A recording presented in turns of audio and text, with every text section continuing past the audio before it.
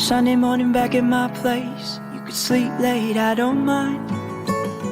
Break some eggs, make a mixtape, and let it play like 20 times. I ain't got no money, but I got lots of time. So let's spend a little, live a little, cause every day the sun will rise. Wake up! Alright, Konba, what's up, everybody? I hope we didn't just lose 3 out of our only 5 listeners right there, but... Hajimemashite, Jonathan desu. Yoroshiku onegaishimasu. Welcome to the debut episode of It's Terrace Up My Heart, a Terrace House podcast brought to you by 3 first-generation Asian American yappies, that's young adult professionals, who love weebing out on anything and everything Terrace House.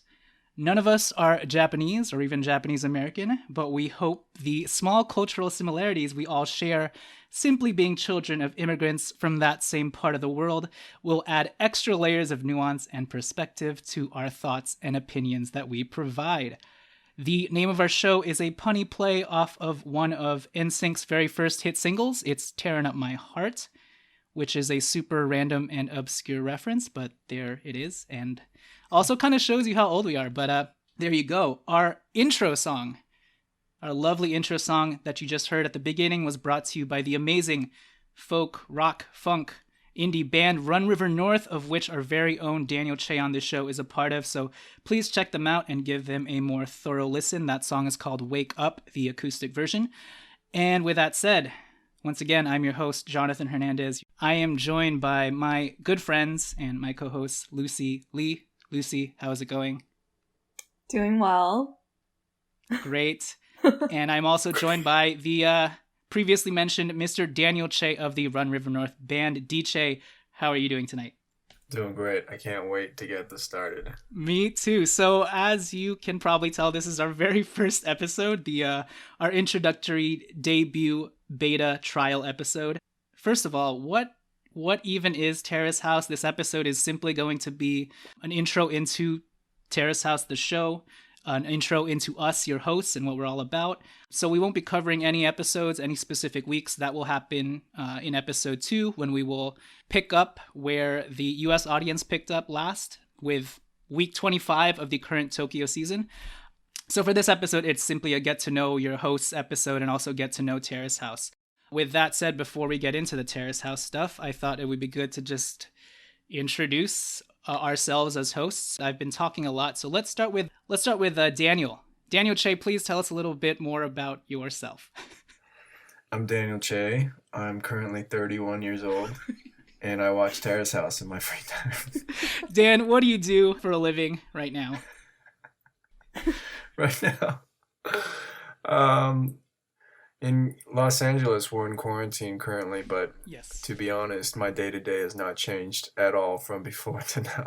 So I'm a musician, and when that involves touring, but thankfully our band is not touring right now. And when we're not touring, we're just trying to make music from our studios, which means home. So that's kind of who I am, and I watch a lot of Terrace House. I'm VPN'd out, keeping up with Japan, and yes, and always freak out when the music's different for the US version. That's true. I noticed that as well. Dan, how much would it mean for you as a musician and part of the Run River North band to one day have one of your guys' songs on a Terrace House episode, or maybe your whole discography on a whole season of Terrace House? I think that would be the highest achievement of our careers, more than being a band or like showing up on TV. That would be the best thing.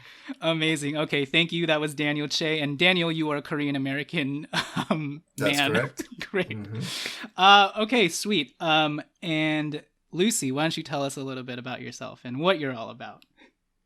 Well, I wish I had as interesting a career as Dan, but I work in finance. So my Terrace House tagline would just be office worker. And I also watch a lot of Terrace House and a lot of other TV. And also, my lifestyle has not changed from this quarantine either. I'm just pretty much just at home watching TV, going to work, but work is just at home now. So that's that. Amazing. But Lucy, you work in finance for, I guess, you don't have to name the company, but in what sector? It's in the entertainment industry, but... Yeah, video games. Ooh, fun. Ooh. Video games, which is running people's lives right now in this quarantine era. Fun fact, me, Lucy, and Dan all used to go to the same church during our college years for about 2 to 3 years and have stayed in connection ever since due to the Lakers for me and Dan, and Dan performing with Run River North throughout all these years as well, and me and Luce coming out to his shows and everything like that. For me, as I mentioned, my name is Jonathan Hernandez. I am 100% Filipino American, although if I did a 23andMe test, I would probably be a good 40% Chinese and maybe a little Japanese too, because who knows with Filipinos. But anyways, I actually also went to USC with Dan, so fight on. Lucy went to UCLA, ironically enough. I currently work in the animation industry, first in marketing, but have since transitioned into a production role, working for DreamWorks Animation. Goal is to eventually write for TV, so grinding that out. I also host another podcast called the Lakers Legacy Podcast, which has been going on now for the last 4.5 years. So hello and welcome to the 4 to 5 listeners who have migrated over from that platform because the quarantine era has left them so bored and devoid of Lakers content that they just needed to hear my voice talking about something absolutely unrelated. So hello, Lakers guys. Okay, with that said, I think that's a good get to know your host segment. We are 3 non-Japanese Asian Americans in traditionally non-Asian industries in the US, just grinding our way towards our goals and dreams, just like Terrace House. So with that out of the way, and now that you know a little bit more about us, quick breakdown of what this podcast is going to look like moving forward. We hope to recap the remaining episodes of the current Terrace House Tokyo season, part 3 and onward, so that will be weeks 25 and onward for US audiences. So as a huge Lakers and basketball fan, of which Daniel Che is as well, and Lucy watches a lot of basketball too, I thought it would be fun to structure our episodes as if we were recapping a basketball game and have set categories that we'll talk about after each episode, such as Highlight of the Night, MVP of the episode, Most Improved Player, Defensive Player of the episode, aka any cock block you see, favorite quote, etc., etc., and hopefully by having those categories, that should help keep things organized and help the show flow a little better. So with that said, quickly, what is Terrace House for the uninitiated and for anybody who's never seen the show? Daniel Che, I don't know if you have memorized obviously you probably haven't memorized it in Japanese, but if you've memorized the opening spiel to each Terrace House opening, but in a very quick 1 to 2 sentence description, what is Terrace House? Terrace House is the Japanese version of Real World it's the Asian version of Real World with very polite cast members that rather than going out and hooking up, they stay inside and passively aggressively argue with each other. That's literally what I wrote down too. Word for word. Except I added a non-ratchet Japanese version of MTV's Real World. That's my one-liner. There you go. Perfect. I like Daniel's emphasis on the passive aggressiveness as Asian Americans living in America, of course. Passive aggressiveness is our deal. Also, Terrace House, just to be a little more specific, it follows 6 young adults, young professionals, 3 girls, 3 guys, and for the most part, they're usually all single. It is non-scripted. How much of that you want to believe is up to you, but in terms of, I guess, it being more organic than typical reality shows in the United States, that's definitely the case. I think the Japanese figured out that all you really need to have drama is put 6 single people in one house and drama will kind of ensue from there, and I think they're right. So yeah, that's pretty much the basic gist of Terrace House. Along with it, that some of the things that make it different from an American show would be the panel that it has. It has a Japanese panel of comedians, 6 comedians as well, to balance out the 3 guys and 3 girls in the house. And they will intermittently cut through the episode and just give their opinions and thoughts on the most recent segment that they show you. And the castmates of the house, they're not bound to the house. They can go about their everyday lives. They each have their normal jobs that they attend to. If they don't have jobs, they're each pursuing a job. And pretty much the only times you see them interact is when those people come home from those respective jobs and they eat dinner together, or they'll have breakfast in the morning before they set off. So in that way, they try and be a little more realistic with regards to, they let people continue to live their lives, and the only difference is they're living in this communal setting with other single castmates and members. So that is pretty much Terrace House. Does anybody want to add anything else that I missed?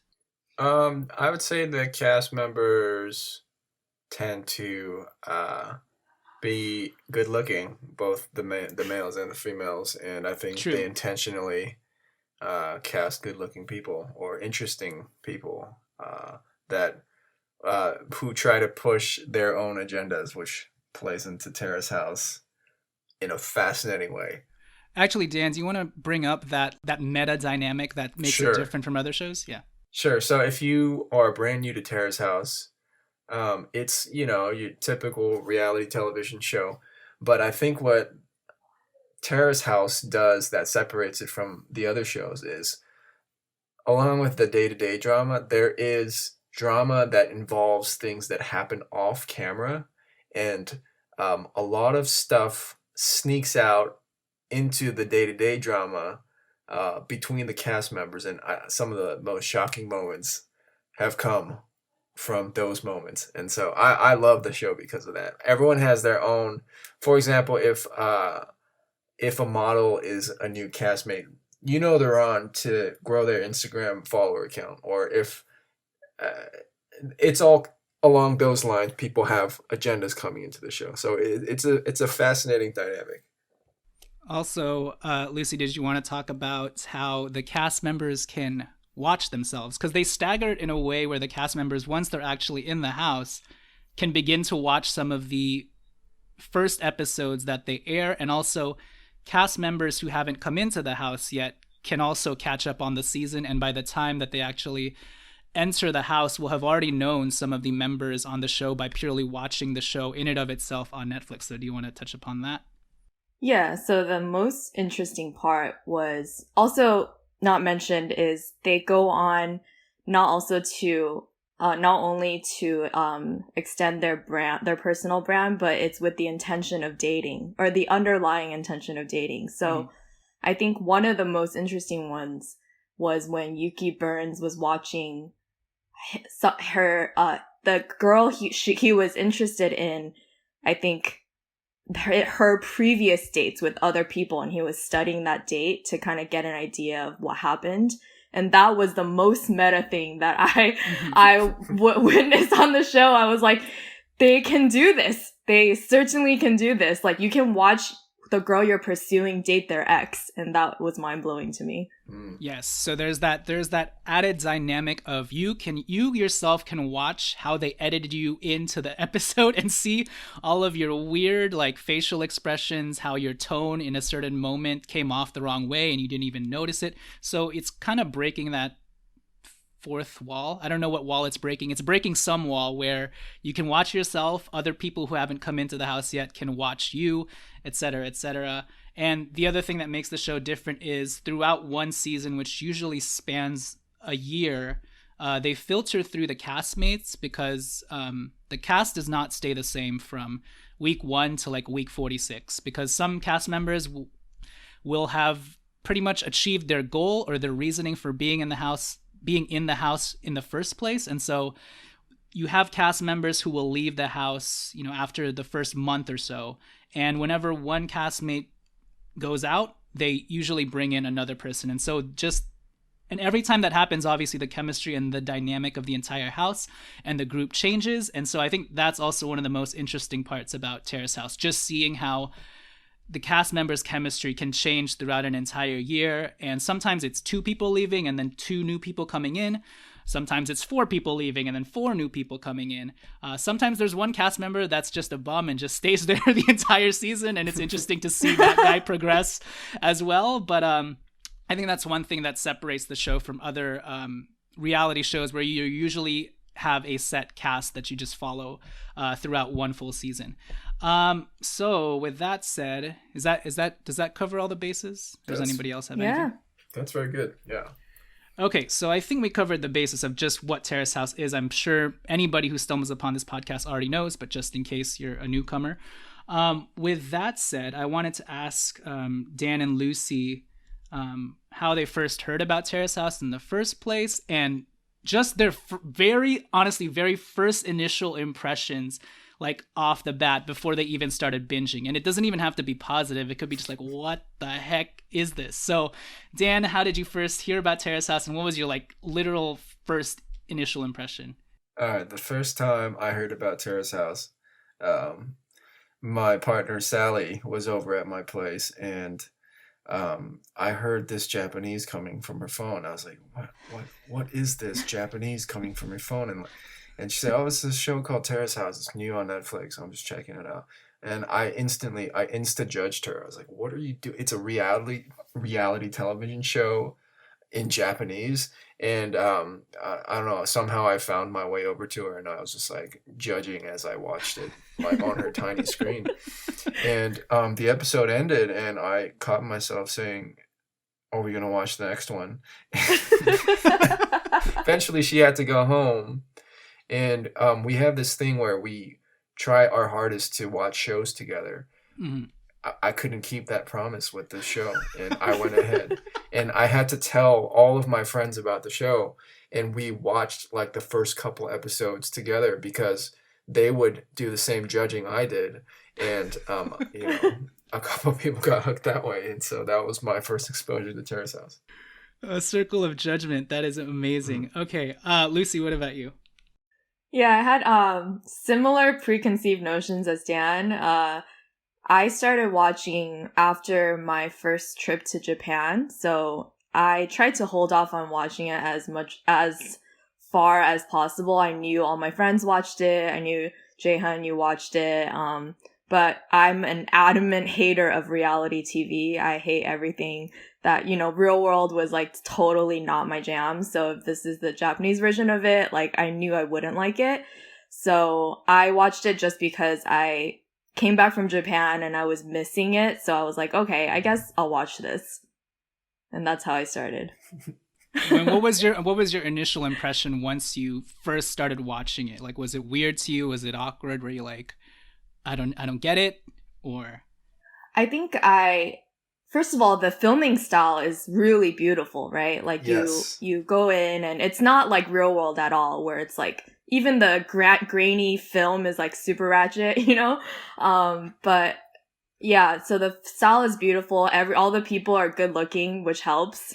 And their interactions are kind of just like normal, how I would interact with other people. If I first met them, I would just be very shy and kind of like, oh, hey, I'm really nervous. Like, how are you? And just a lot of awkward silence. And that's reality. So I think maybe I do like reality TV if it's that kind of reality, right? Sure.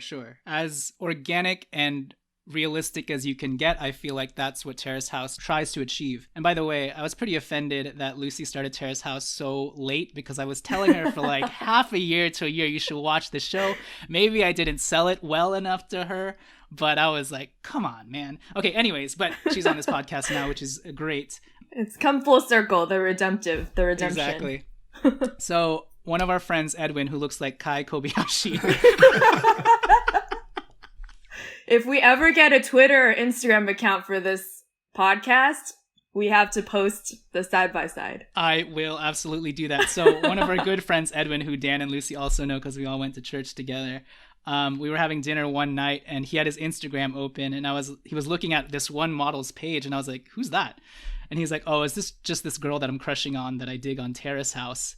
And I was like, Terrace House? At first I thought he said terrorist house, which, be careful when you say that really quickly. But he was like, no, this is some model girl that I like on Terrace House. And I was like, what's Terrace House? That name sounds so interesting. And I was looking at the girl's Instagram page and I was like, oh, she's very pretty. She's very beautiful. And that girl happened to be Lauren Tsai. And so I kind of put two and two together. I was like, oh, I want to see that attractive girl again. And then what's Terrace House? He said it's a Japanese show, but she seems American to me. And this was during a period when I was in transition job-wise, so I had nothing to do. So I started watching Aloha State, which I know for a lot of people is like the worst season to watch. But for me, I still really I think I gravitated towards how slow it was. And to be honest, my initial impression of the show was like, it wasn't necessarily positive, just because I was like, why is this so slow and so ambient? It's like so bizarre to watch, like very ASMR, almost too much. I almost feel like they did separate Foley of random ambient noises and pumped that up and just overlaid it onto whatever scene they shot. I was like, okay, I get it.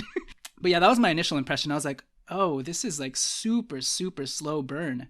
And one scene could take up to 10 minutes and nothing really eventful happen in that one scene, you know? And I was like, interesting, but I kind of like what it's doing to my soul in terms of like, it felt therapeutic after a while. I wasn't on the edge of my seat necessarily, but I was like, I'm gonna just stay in this moment and like kind of soak in it for a little bit. So I think that's one word that I would use to describe Terrace House. You just gotta soak in it, and once you're there, and this is not to say that nothing exciting happens, it just is more of a slow build up, kind of just like life in general, right? So those are my initial first reactions of Terrace House and how I got into Terrace House through Lauren Tsai's Instagram page and through Kai Kobayashi, aka Edwin, our friend.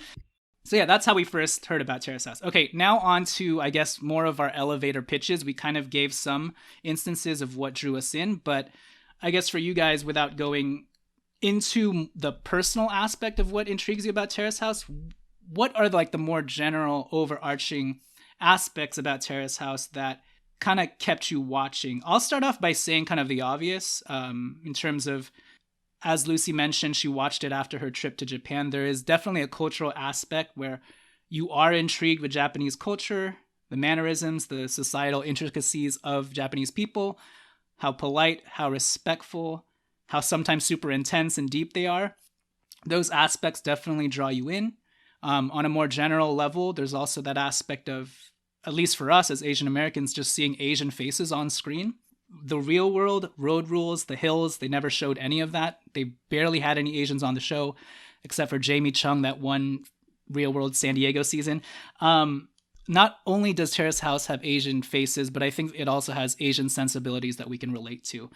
So those are some of the overarching aspects that I realized for myself that resonated with me. And then, as I mentioned, with like the ASMR-ness of the show, with Terrace House, it's almost like there's a litness in the mundanity. Terrace House is life because for the most part, life is mundane. We have our highlights here and there, but the daily in and outs are very simple, uneventful, and overall just not spectacular. So does anybody else want to add any additional overarching aspects of like what drew them to Terrace House on a general level? Yeah, I think I'll go.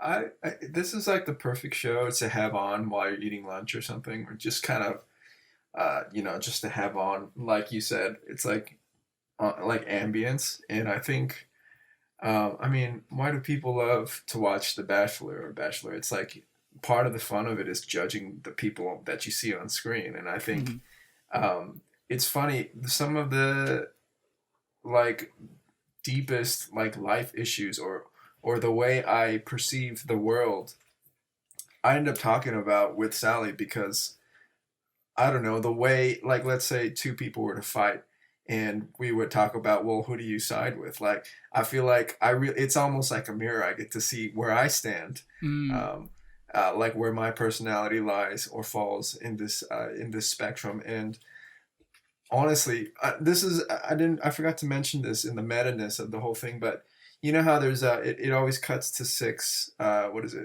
comedians with the panel. It cuts to the panel, and because they're watching Terrace House too together, it occurred to me that we're essentially the panel, but we're watching the panel. And so as they talk about the cast members, they're like incepting like their thoughts into your thoughts. And I don't know, it's so crazy, and I think part of the fun is just judging the characters and the fights that you see on the show.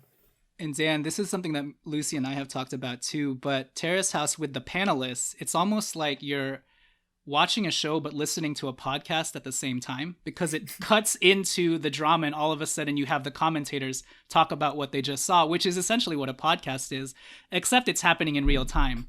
Right. And us as the audience, we always, once they give us those breaks, whenever like a scene ends and there's the panelists, we have our own preconceived thoughts that we have been running with up until that point, and we're like, are our thoughts going to be validated by these comedians, or are they going to bring up something new that I hadn't even considered yet? And you have that moment of reflection with them that's super interesting. But Right. Lucy, anything else to add? Yeah, I think what drew me in also was the kind of first love dating aspect of it. And I'm a sucker for romantic comedies. So Terrace House is just like an ongoing loop of first dates and like, will they, won't they, you know, just forever, and, you know, heartbreak, rejection, that whole life cycle. I'm like super in for that. So, yeah, that's another thing that really drew me in. And also to what Dan said about, you know, relating it to my own life. Like I found that I've started seeking, when Terrace House was on breaks, I would seek out like my friends and ask them like, so how's your life going? And like, what's your relationship status? And, oh, let's dig into that and like see, you know, what's going on there. And like, do you think she's doing this because of this or that? And it's just like, I'm craving that Terrace House in my life, even just off screen. So I've been like trying to be the panelist in my life for other friends. Dude, I was on a first date this past year, and the girl I was on a date with also watched Terrace House, and we were Nice. joking throughout our conversation whether or not our conversation was worthy enough to be talked about by the panelists, or whether or not the editors were cutting chunks out because it was too boring. So that's how deep we went. We were like laughing at our own Terrace House-ness and whether we were worthy Wow. enough. But to be honest with you, if you've ever had a deep one-on-one conversation with somebody else, and, you know, me, Dan, Lucy have all had this growing up in the church and just being in that small group sort of environment. Just imagine a camera being there to capture those conversations. And that's kind of Terrace House, you know, from the deepest convos to the most mundane. And I think one thing that I really appreciate is when we talk about Terrace House being realistic, I feel like even when drama escalates between two characters or three characters, even when that tension escalates, when they try and resolve conflict, it's very realistic in the sense that on Real World or Road Rules, whenever you see these fights happen, they're like throwing punches at each other, they're throwing like silverware at each other. But in real life, if you think about your relationships with other people, even like your closest friends, like the most heated arguments you've had with those people, I've never, I mean, maybe this is different for you, Dan. I've never thrown a punch at anybody. I've never thrown anything at anybody. You know, I've first come to the table with them and tried to have a very serious and sometimes awkward conversation with them, just letting them know, hey, this is how I feel. When you said this, the tone you said it in really hurt my feelings. That is how Right. they resolve drama at Terrace House. It sounds super boring, but it's also very relatable to how you've probably had to deal with tense situations with some of your best friends, or maybe not even friends, just, you know, your coworkers or anything like that. I can't tell you how many times how I've probably uttered, it's not what you say, it's how you say it. Like under my Yes. breath. Under your breath too, Sally? Yeah, I say it all the time. Yeah, like that seems anyway. Okay, I won't go into that. But that seems to be the resolution to most of the problems in our lives. And Lucy, you can relate Yeah. because you are married, right? Yeah, I think like just the root, you want to always get to the root of an issue, right? You don't want to just perceive what's going on at face value. And I think in Terrace House, there are certain members that try to dig deep into the root of things. I think one example was Han-san. Like he tried to explain to Natsumi, you know, all the things she does, it's because she can't empathize or, you know, can't think from the Yes. other person's perspective. I think like, you know, it's really great insight for life, like how you relate to other people. It's how they receive the information, not what you're saying necessarily. So yeah, man, it's a really profound when you dig into it. And also, to jump off of that, sometimes with regards to the actual fight that happens, it usually centers around something so stupid and dumb, right? But if you actually look Right. at your own life, a lot of arguments pop off over the dumbest things just because things have accumulated that people don't even realize have accumulated internally for them. That's why the running joke of this show is like usually there are these fights that center around food or stupid items like socks, you know, just the most mundane things. I remember in Aloha State, there was like a huge fight over a scheduling conflict because Lauren did not make her intentions well known to her family, that she was going to have Thanksgiving dinner with the rest of the cast, and she didn't know how to toe both lines or whatever because one cast member was going to leave. So they have fights over these simple things that when you're watching it as a viewer, you're like, wow, that's so stupid. But if you actually look back at your own life, you can probably pinpoint so many instances where you had big arguments with somebody over really dumb instigating things, you know? Yeah, I've had that exact fight with my husband, like that I didn't make time for this one dinner, right, for a family, and I chose something else. Like it showed that I prioritized that other thing over family or whatever, just for that one instance. And, you know, it's real. Yeah. Okay, I don't know if we have sponsors, but if we do, we're going to put them right here. And then when we come back, we'll close this intro episode up and just, I guess, talk about any other aspects of the show that we like. So with that said, sponsor right here. All right, with that said, there's one other thing that I wanted to touch upon with regards to, I mean, we've talked a lot about how this show personally resonates with us. One thing that I really want to bring to the table is just the communal aspect of everything. I don't know about you guys, but we all grew up in that church setting. And even though we've all had roommates in college and whatever, and Dan, for you can, I guess, speak to just what touring with a band is like, where you're always around people in general. But I think Terrace House kind of touches on that aspect of my past youth that I really enjoyed, being around a bunch of my friends all the time. Honestly, just living in a commune, that communal aspect of things, especially when we go to different retreats as a church, or for me, band camp in high school as well, where, you know, you'd not sleep with your friends, but you'd sleep and your friends would be there. You'd wake up and your friends would still be there. You'd wake up to them eating breakfast, and then throughout your day, your friends are there with you as well. That's the part of Terrace House that that I really like to reflect on, because it brings me back to a time when, and now as 30-something-year-olds, like your circle of friends becomes a lot smaller and you don't see a lot of people as much and as frequently. So Terrace House reminds me of a time when I could always kind of wake up to my friends. We'd do fun things as a group. We'd spur each other on, root each other on, etc., etc. And then also that aspect of, at these church retreats, I would try and pursue the girl that I had a crush on. And maybe I had crushes on several girls at the same time. Who knows? Like, that aspect of Terrace House also very much resonates with me, and just that youthful energy and part about my past and that environment that we grew up in. Does anybody want to touch upon that? No, I mean, like we've mentioned throughout this podcast, it's about the little things, and I think that's, you know, more than American television, reality television shows. If I had to think about why I enjoy this so much, it's the little things, and it's the relation to the characters, and I'm positive it's not just limited to Asian people or Asian viewers. I think everyone, I think what Japanese culture does really well is they get the subtleties right, and yeah, I think that's what draws me to the show, and I will keep watching. And it kills me that we're not covering the current episodes, the Japanese timeline. Yes.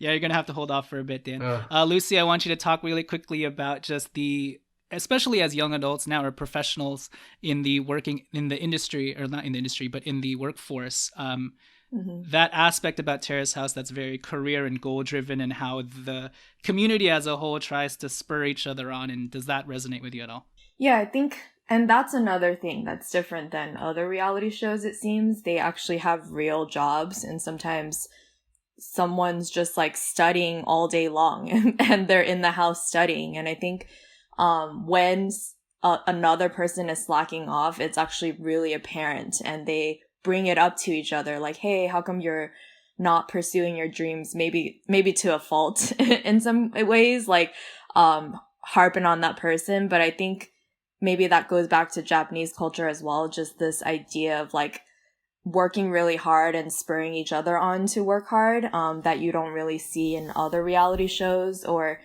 And that part seems pretty genuine, like it's not contrived, or as much as you believe, you know, the show is real or fake. I think that part is, them working hard is, you know, a real part that everyone can relate to. So I appreciate that about the show for sure. And Dan, not to play armchair psychologist here, but out of any three of us, you for sure would be the one person who I could foreseeably see in a Terrace House season. Yes! Just because you're a musician, you're doing something that's cool, but also internally the own struggles that you guys have to face as a band. And do you ever think about that? And does the show sort of relate to you a little bit more, just in terms of like you're in a profession that on the outside it's amazing, but it's also a struggle and a grind. And do you relate with the members just being like, man, I don't know what I'm doing, or, I really want to get to this point in my life, but I don't know if it'll ever, Absolutely. I think being in a band, and I think I've seen Alex and Sally, if not every day, like 90% of like the last 8 years, like on a day-to-day basis. And Terrace House is kind of a microcosm of this, but at a certain point, there's nothing you can really hide. All your flaws start to they're out in the open, but not only that, they start to rub on the other person. And I think one of the things I relate to from the show is that you can kind of see like when there's an asshole cast member, and everyone, not just the people in the house, but the judges even like start to like judge that person. And I think it kind of, that's all fun and games, but I think what's relatable to life is people aren't an island, they're not self-contained, and they do have impact on other people, whether it's in your family or your friendships or at work. And I think it's important to have that time to reflect on how you affect other people. And you don't want to be blank cast member from Terrace House. You want to be, I think Vivi's great. I think she's a great positive person, and I think she tries to get the best out of people. Like, you want to be somebody that impacts the world in a positive way. And so, yeah, that's kind of, that's how being in a band would relate to being on the show. Oh, thanks for sharing. That's great perspective. All right, quick fire. I'll ask 2 questions. Lucy, what is your favorite Terrace House season thus far, and why? So my favorite one is the first one I watched, which is Boys and Girls in the City. And I think because it was my first one, it really drew me in, and it seems like, I don't know, maybe this is just my bias, but that the professions on that season were very diverse. Like, you had a med student, athlete, ballerina, architect, a hairstylist, a krumper.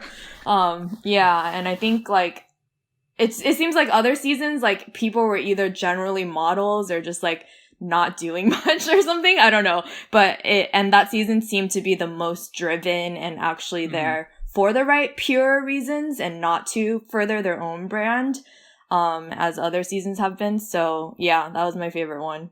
It also talked about Costco, which is very relevant in today's society. But also, can I just say how ridiculous krumper is as a profession? Hey, man. Like, why didn't they just call him a hip-hop dancer? Why? Like, that's literally all he did. He just crumped. That's it. He called that himself. He self-proclaimed krumper. It's just so funny. Okay, really quickly, I'll just say, kind of along the same lines as Lucy, my favorite season is Aloha State, just because it was the first. What? It's what got me introduced as well. And also, I think I was drawn to the fact that, I know a lot of people don't like it for this reason, but it was a good introductory course into Japanese things just because it was more Americanized. And I like the fact that Lauren and Avion would randomly start speaking English to one another on the side because they couldn't convey their feelings in Japanese. And then most of all, I like the cultural clashing aspect of things because that's the only season where the Japanese people are foreign to Hawaii. And you actually see that play out with them sort of feeling like outsiders. And it sucks, but it added an interesting dynamic and layer to the entire season. But I pretty much lost interest when like Lauren left and then Yuya and Avion left as well. But that's the reason why it's my favorite. Also just because of that initial first aspect. Oh, also I like Eden, and when I went to Hawaii, these are the only Terrace House people that I actually got to meet. I got to meet Eden Kai, and I got to meet Eric and have some of his coffee from Punch Bowl. So that was really cool. Nice. Yeah. Okay. And I have some 88T's apparel, which is amazing as well. Wow. Very soft hoodie and shirts. Wasn't able to meet Avion, unfortunately, but maybe that's for the next Hawaii trip. They can be the unofficial sponsor. 88T's? 88Ts, yeah. They don't even have to pay us. You can just read ads for Bro, them. if we get big enough, we'll just have Avian on here, and that would be so amazing. Okay, Dan, what about you? Your favorite Terrace House season? I gotta say, I'm really enjoying this current season, but because it's not over, I'll say Boys and Girls in the City. I remember the finale or the final couple episodes when Netflix like just dropped the last batch.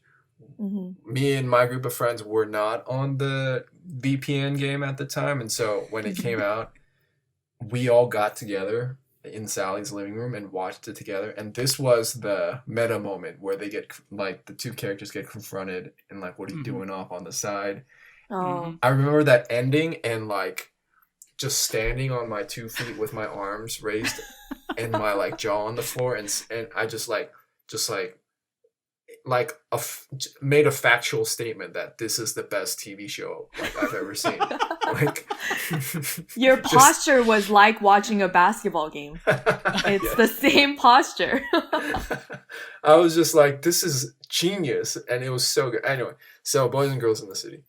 Amazing. And you know, I mean, not to go back on why we like Terrace House, but I think just the slow burn of things, that when you actually hit a moment like that, the payoff is so, you feel it even more. You know what I mean? Like, you could have like 3 episodes of like they're just washing dishes and cleaning the house, and you're like, okay, but then all of a sudden you hit this drama point, and you're like, wow, it was all worth it. Okay, very last question: do you have a favorite character throughout all the seasons, or like a favorite couple out of the few that have left the house as a couple? Lucy. Okay, I have my answers ready for this. Okay. My favorite couple is Shion and Tsubasa, hands down. That's So a that good season is a close second to my favorite just because of their arc. And the reason I like them is because the couple dynamic is very unconventional, but it's what rom-coms write about. It's That's like true. the very untypical girl, kind of boyish, tomboy, and he's like a model. And somehow like he's pursuing her, and he actually likes her for her personality, and they get along, and the chemistry is like really good. And each date they go on progresses even further. I think when Dan said he was, up in arms about the reveal and the end of Boys and Girls in the City, I was like literally running around my living room saying, this is so cute. I cannot believe how cute this is, like to myself whenever they were on. So that's my favorite couple, hands down. And then favorite character is Hansan from Boys and Girls in the City. I think because they called him Mr. Perfect, and to me, he is Mr. Perfect. There is no flaw about him whatsoever. So He even stayed faithful to his girlfriend. It's crazy. stayed faithful to his girlfriend, gave great advice, stayed true to his craft, everything. And he was the most I think his profession was also the least, likely to be on that show. Like, it doesn't warrant any entertainment value, right? Like, he's not trying to be on the show to, do any model or be an actor or anything. Like, he really was was an just, architect, right? yeah, he really was just building stuff. Yeah. Yeah, I agree. Dan, what about you? Or do you want me to go first? Yeah, I'll go. I had to look this up, but sadly, while looking it up, Tsubasa and Shion are no longer together. I know. Yeah. Okay. Womp womp. For me, it would have to be Uchi and Minori from from Boys and Girls in the City. I think I don't know why. They were the first batch of cast members, but I don't know, them kind of being loyal to each other through the drama and finding each other and then being loyal to each other. There's something very sweet about that, and it seemed like they brought the best out of each other, and then them leaving together. I don't know, that stood out to me. So they're probably my favorite couple. And do you have one favorite person in general? Favorite person in general? It's got to be Hansan, right? Or that's the easy answer. He was too perfect. I remember while he was on the show, it was a constant game of when is he gonna screw this up, but he didn't. That's very true. There have been cast members at the start where you're like, the first 4 weeks, you're like, wow, I guess he is just amazing. And then all of a sudden you find something out and you're like, oop, there's the fatal flaw. Yeah. I think for me, I don't know if you guys have watched like the very, very first Terrace House season from 2012 I have, to 2014. actually, You yeah. have. Okay. I haven't finished it yet. Okay, but my favorite character is Daiki Miyagi. He is the MMA fighter. And initially I didn't like him, but throughout Right. the weeks, I just realized what a down-to-earth sort of dude he was and what a good older brother he was to Tech-chan. And that dude went through a lot, not to spoil Dang. anything, but Deep cut right there. yeah, and I mean, he, like I said, he's an MMA fighter, so every fight that the cast members would go to, you knew that there were real stakes and drama, because this dude is really getting punched and hit in the face, and he'd come out of the ring with like blood and like his face deformed and everything like that. So I think just his profession and what he had to go through, and then there's like this very crazy moment where it's a crossroads for him in his career that was super emotionally dramatic, but just how he dealt with that and him bouncing back from this very traumatic moment in his life, which was captured on tape. That's when I knew like Terrace House is probably as real as you can possibly get when you're following these people's like, you know, through lines of their life. That this very serious thing happened to him while they were filming, and they kept going, and he actually stayed on the house just to rehabilitate himself. I thought all of that was like super, super intriguing to me and like very emotional. So, but on top of it, I thought he carried himself just like as a very upstanding human being throughout it all. So I'm all for that the wholesome part about Terrace House, of which there's a lot of, which I forgot to mention through why we like Terrace House. There's a lot of wholesomeness involved. And then with regards to couples, I think I really like the Armand and Martha coupling at the very end of Tokyo Boys and Girls in the City, because I know Armand had his thing with, what's her name? Shoot. What is the hat girl's name? Arisa? Yes, Arisa, who I really I thought she was very attractive too, but she played him like a violin, and I felt so bad for him because she held his hands and everything, and then she pretty And much she told him you're pushed like a out brother to Mizuki. me. Oh yeah, she pushed out Mizuki too. So it was nice to see Armand have some redemption, and with a half Filipino, half Japanese girl, no less. So with that said, Yeah. that is our intro episode. That was way longer and more than I thought we'd have to talk about. But when we're just talking about the general strokes of why we like Terrace House, we could go on and on. But with that said, we hope you guys will continue listening. For our next episode, we will be talking about an actual episode for once and dig into the specifics of certain characters, certain scenes, what happened, yada yada. Please rate and review us on iTunes if we're out on iTunes by the time you're listening to this. Twitter, I think I did sign us up for one. Apparently, Terrace Up My Heart does not fit. So right now I put at Terrace Heart Pod. That's Instagram perfect. should be Terrace Up My Heart. Can you do less than 3, or is that? You can't. I did try and do that, but you can't do the less than sign. So Oh, boo. for now, please follow us at Terrace Heart Pod. TerraceHeartPod. Terrace Heart Pod. And it should be Terrace Up My Heart for Instagram. And that'll do it for the debut episode of Terrace Up My Heart. Good job, everybody. Give yourselves a clap. Woo. We hope the panel likes this. Okay, that's it. Goodbye. Nice. We ain't got no money, but we got lots of time. So let's spend a little, live a little, 'cause every day the sun will rise. Wake up! Come smell the roses, oh, come take your time. Dead for a moment, set heaven on fire.